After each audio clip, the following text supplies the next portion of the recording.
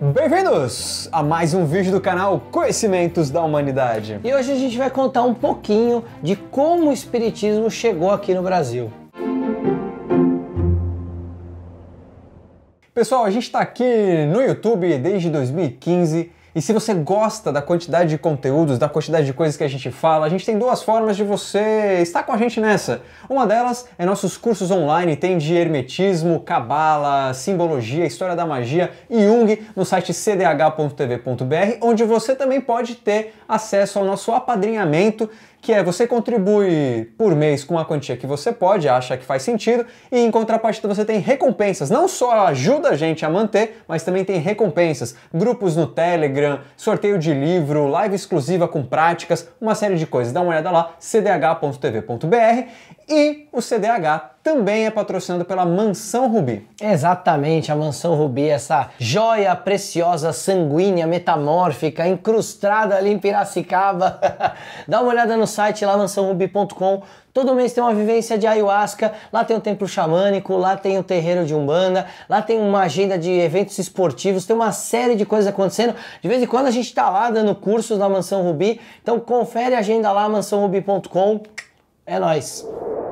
Bem, aqui no Brasil, antes do Espiritismo chegar, já tinham alguns estudiosos de algumas coisas diferentes que vão ser os precursores de um tipo de estudo que vai abrir as portas para o Espiritismo entrar.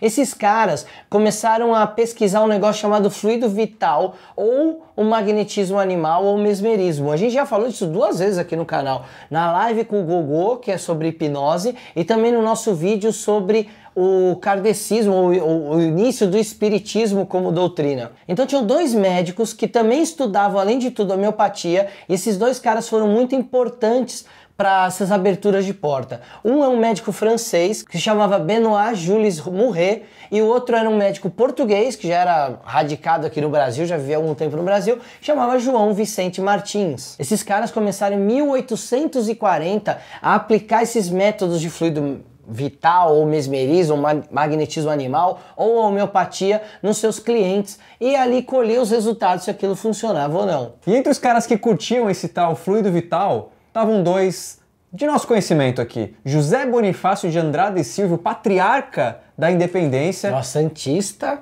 e maçom. Olha aí, ele também curtia a homeopatia. Sim, ele era um defensor da homeopatia. E o Marquês de Maricá, Mariano José, que em 1844 publicou uma obra de fundo espírita. E aí, com esses ensinamentos começando a se tornar comuns aqui no Brasil também, um grupo de estudiosos e historiadores se reúne no Rio de Janeiro, que era o Império, a capital do Império do Brasil na época. E dentre esses caras tinham alguns nobres do que é considerado o Segundo Reinado.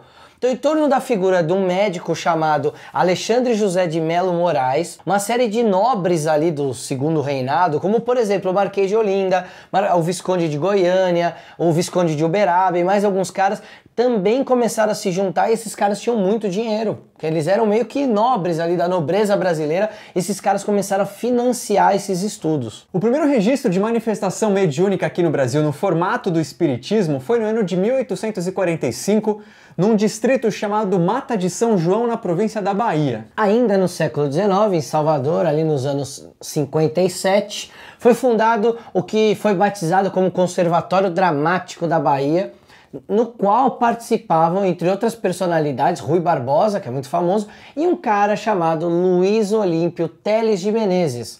Foi nesse grupo que o Teles de Menezes travou o primeiro contato com alguns estranhos fenômenos, vindo a começar a se corresponder com espíritos franceses. Esse episódio foi o embrião do que ia se tornar, em 1865, o Grupo Familiar do Espiritismo, criado pelo Teles de Menezes. Ele ainda vai ser o orientador da primeira sessão espírita, registrada nos Anais do Espiritismo no país, em 17 de setembro desse ano. Em 1873, no mês de novembro, esse grupo começou a crescer e em Salvador eles fundaram a Associação Espírita Brasileira.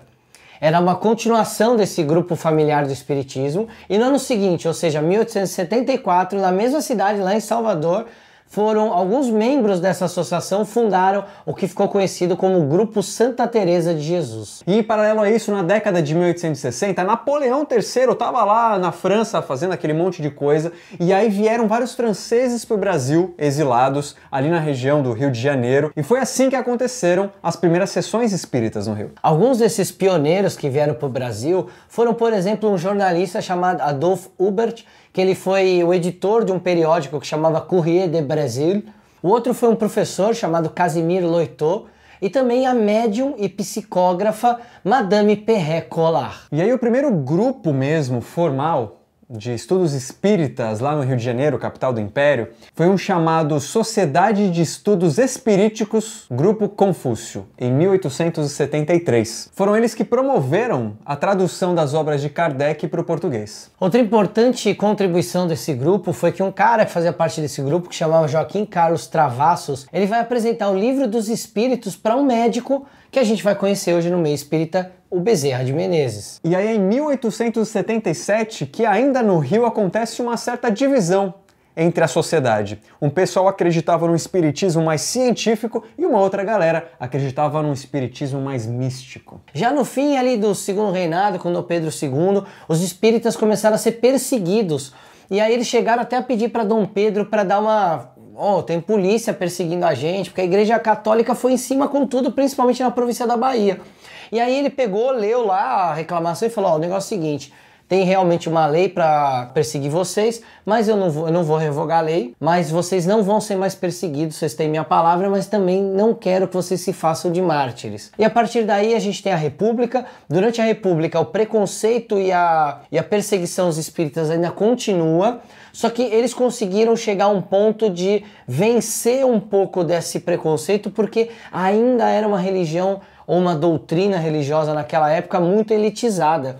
A gente fala aqui de viscondes, de barões, de pessoas que eram nobres, tinham títulos de nobreza e que mantinham esses grupos de estudo. Ou seja, nos anos seguintes, os mais ricos que eram espíritas. Isso, aí depois isso até se populariza, mas quem mantém esses grupos vão sendo os mais ricos. E depois a gente tem a história da Umbanda, que a gente já comentou aqui, que em 1908 tem essa cisão, onde a Umbanda vai procurar uma popularização maior da religião espírita e o espiritismo ainda fica ali um pouco preso na elitização e depois com o tempo acaba mudando e hoje a gente tem vários centros de maneiras diferentes, que funcionam de maneiras diferentes e que não fazem mais, a maioria pelo menos dos que eu conheço, não fazem mais esse tipo de distinção. O espiritismo hoje em dia está presente em mais de 36 países e aqui no Brasil ele conta com quase 4 milhões de adeptos, sendo 30 milhões de simpatizantes. Isso de acordo com o Conselho Espírita Internacional, com o IBGE e com a Federação Espírita Brasileira. Se você ainda não assistiu nosso vídeo falando do início do espiritismo, da origem dele, dá uma assistida lá porque ele é complementar a esse vídeo.